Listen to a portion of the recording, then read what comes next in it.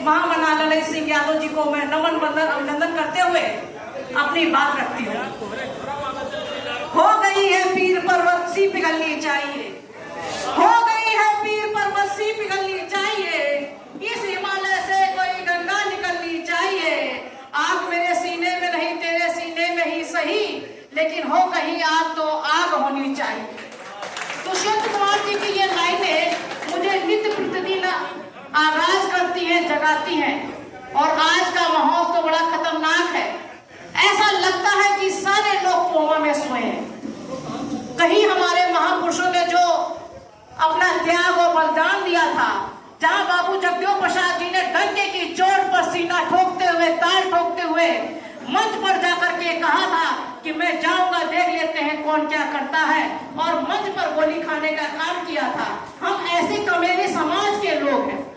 लेकिन दुख इस बात का है, क्या वाकई हम कोमे में हैं, जहां अर्जक संघ जैसा विस्फोट, एटम बम कहते हैं, जिस विचारधारा को एटम बम कहा गया था, लोग डर जाते थे। जहां अर्जक संघ की बात होती थी, रामस्वरूप वर्मा जी जहां पर अपने मंचों पे जहां प्रखर खंड खंड करते थे, जहां बातों को रखते थे, कहते थे कि उनकी बातें एटम बम से भी ज्यादा विस्फोटक हैं, लोगों को हृदय में जागृत करने का काम करते हैं। क्या हम उसी समाज के लोग हैं?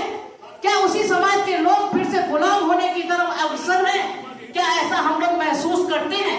लेकिन मैं ऐसा महसूस करती हूँ, क्योंकि 40 वर्षों से 40 वर्षों 50 वर्षों का जो त्याग हमारे महापुरुषों का था, वो खंड खंड हो रहा है। जहां महिला आबादी के रूप में यहाँ पर एक महिला केवल आई है, और कहने के बाद भी यहाँ पर मिलाने आए हैं, आप साधुवाद के पात्र हैं। हम आदि आबादी, हम कहते हैं विकास करेंगे, 10% में कहते हैं 100 में 90 शोषित है, वो 90 भाग हमारा है, और 50 भाग तो आपका घर में ही बैठा हुआ है, वो अति शोषित व्यक्ति है, वो अति शोषित व्यक्ति है। 40% यहाँ पे लोग आए हैं, और 40% भी वही काम कर रहे हैं जो 10% के लोग काम कर रहे हैं। तो हम कैसे कहते हैं कि हम जागरूक हो गए हैं? हम कैसे कहते हैं हम आजादी की बात कर रहे हैं? हम कैसे कहते हैं कि हम आगे बढ़ जाएंगे? आप किसी सभा में, किसी सभा के रूप में अगर आप ये जान जाए कि कितने परसेंट आपकी 50% की आबादी, जितना नेतृत्व आपके बीच में है, तो आप उतने ही विकसित लोग हैं।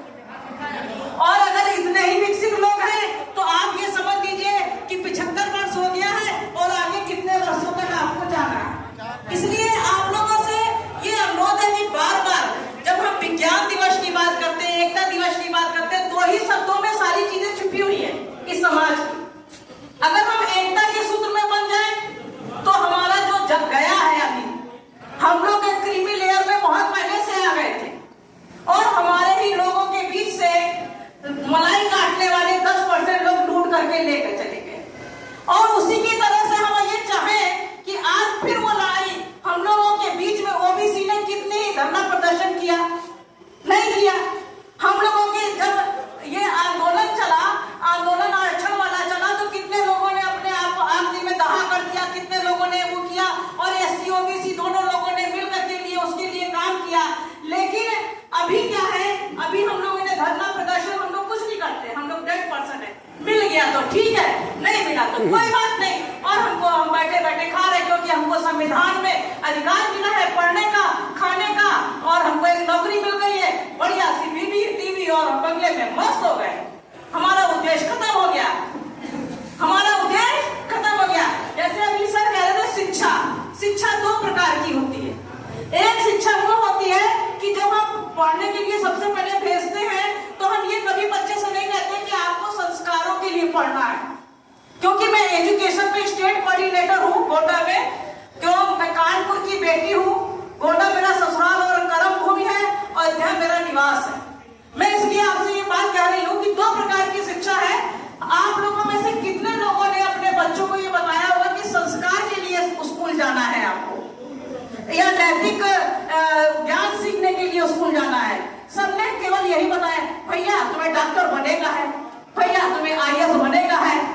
तो उसने क्या किया, धीरे धीरे वो अपने आप में मस्त होता गया, और उसके जो सामाजिक ज्ञान, हमारे महापुरुषों का जो ज्ञान था, उसके सीने में नहीं आया, उसके दिमाग में नहीं आया, और उसने महापुरुषों के